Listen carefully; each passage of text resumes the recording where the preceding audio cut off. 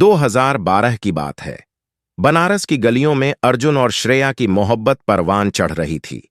दोनों के सपने बड़े थे, लेकिन मध्यवर्गीय संघर्ष उनके रास्ते में था। अर्जुन एक दूसरे हैंड स्मार्टफोन खरीदकर डिजिटल दुनिया में कदम रखना चाहता था, लेकिन उसे क्या पता था कि यही फोन उसकी जिंदगी का सबसे बड़ा धोखा बन जाएगा।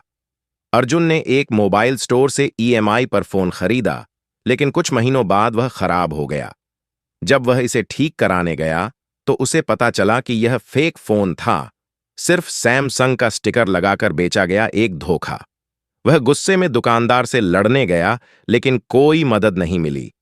इस फर्जीवाड़े से अर्जुन टूट गया, लेकिन यही हादसा उसकी जिंदगी बदलने वाला था। इस बीच अर्जुन और श्रेया की प्रेम कहानी धीरे धीरे कठिनाइयों में घिरने लगी थी। श्रेया के परिवार वाले उसकी शादी करवाने के लिए दबाव बना रहे थे। एक दिन श्रेया ने हिम्मत जुटाकर अपनी मां से अर्जुन की मुलाकात करवाई। अर्जुन घबराया हुआ था, लेकिन उसने हिम्मत नहीं हारी। मुलाकात में श्रेया की मां ने सिर्फ एक ही सवाल किया, बेटा, तुम्हारी जाति क्या है? अर्जुन कुछ नहीं बोला, लेकिन श्रेया समझ गई कि उसकी मां का जवाब पहले से तय था। श्रेया की मां के शब्दों ने अर्जुन को झकझोर कर रख दिया था। जाति का सवाल सुनकर अर्जुन को समझ आ गया था कि श्रेया के परिवार को उसके बारे में कोई दिलचस्पी नहीं थी, बस उसका बैकग्राउंड उनके लिए मायने रखता था। उस दिन दोनों घंटों तक विद्यापीठ गेट से लेकर 80 घाट तक पैदल चले। अर्जुन चुप था, जबकि श्रेया भी अंदर से टूटी हुई थी। इसके बाद श्रेया के परिवार का दबाव बढ़ने लगा। उसके घर में हर समय उसकी शादी की बातें होने लगीं। अर्जुन से मिलने पर रोक लगा दी गई, फोन तक चेक किए जाने लगे, लेकिन श्रेया और अर्जुन फिर भी छुप छुप कर मिलते रहे। फोन पर घंटों बातें होती। श्रेया हमेशा एक ही बात कहती, अर्जुन, हम दोनों में से किसी एक को सरकारी नौकरी करनी होगी, तभी हमारी शादी हो सकती है। मेरी मम्मी सौतेली हैं, वो कभी नहीं चाहेंगी कि मैं अपनी पसंद से शादी करूं। मैं अपने पापा को दुख नहीं दे सकती। अर्जुन को सरकारी नौकरी में कोई दिलचस्पी नहीं थी।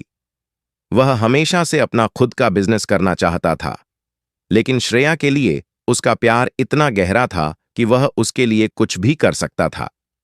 एक दिन अर्जुन ने कहा, अगर तुम्हारे घर वाले नहीं मानते तो मेरे साथ भाग चलो, मैं तुम्हें बहुत खुश रखूंगा।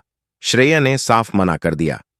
उसके पिता को जब भनक लगी कि वह अर्जुन से शादी करना चाहती है, तो उन्होंने खुदकुशी करने की धमकी दे दी। अब श्रेया के पास कोई रास्ता नहीं था। वह रोते हुए अर्जुन से मिली और कहा, अर्जुन, मैं अपने पापा को दुख नहीं दे सकती। अगर तुम मुझसे सच में प्यार करते हो तो सरकारी नौकरी की तैयारी करो। यही एक तरीका है जिससे हम साथ रह सकते हैं। अर्जुन ने श्रेया के लिए अपने सपनों को बदल दिया। उसने इलाहाबाद यूनिवर्सिटी में एमएससी में एडमिशन ले लिया, साथ ही सरकारी नौकरी की तैयारी भी शुरू कर दी। उसने अपने सारे बिजनेस आइडियाज को किनारे रख दिया। वह दिन रात मेहनत करने लगा, लेकिन फिर एक दिन उसे वो खबर मिली जिसने उसकी पूरी दुनिया हिला दी। अर्जुन को खबर मिली कि श्रेया की शादी हो गई है। वह यह सुनकर टूट गया। उसने श्रेया को कॉल करने की कोशिश की, लेकिन उसका नंबर बंद था। उसने श्रेया की शादी की तस्वीरें देखने की हिम्मत नहीं जुटाई। अब उसके पास इलाहाबाद में रुकने का कोई कारण नहीं था। वह वापस अपने गांव लौट आया। दिन रात वह अकेला बैठकर सोचता रहता कि उसने अपना सपना क्यों बदला। उसने क्यों किसी के लिए अपनी जिंदगी की दिशा बदल दी। फिर उसने फैसला किया, अब से मैं सिर्फ अपने लिए जीऊंगा। मैं वही करूंगा जो मुझे सही लगे। अर्जुन ने एमसीए के लिए लखनऊ के बीबीएयू बाबा साहेब भीमराव अंबेडकर यूनिवर्सिटी में एडमिशन लिया। वह अब पूरी तरह से टेक्नोलॉजी और साइबर वर्ल्ड की तरफ बढ़ गया। उसने अपने कॉलेज में रहते हुए यूट्यूब चैनल शुरू किया, और फिर 2017 तक उसका चैनल टेक शील्ड देखते ही देखते उसके 3 लाख से ज्यादा सब्सक्राइबर्स हो गए थे। अर्जुन अपने कंटेंट को लेकर जुनूनी था। वह चाहता था कि लोग टेक्नोलॉजी को समझें, साइबर सिक्योरिटी से जागरूक हों।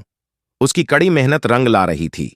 धीरे धीरे वह एक सफल यूट्यूबर बन गया, लेकिन इसी दौरान उसकी जिंदगी में एक तूफान आ गया।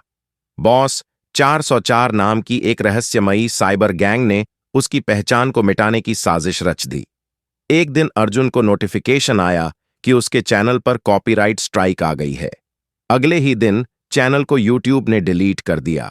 अर्जुन ने हर संभव प्रयास किया, लेकिन सब बेकार गया। उसकी सालों की मेहनत पर पानी फिर गया। यह सब कैसे हो सकता है? अर्जुन बुरी तरह टूट चुका था। उसकी पहचान मिट चुकी थी।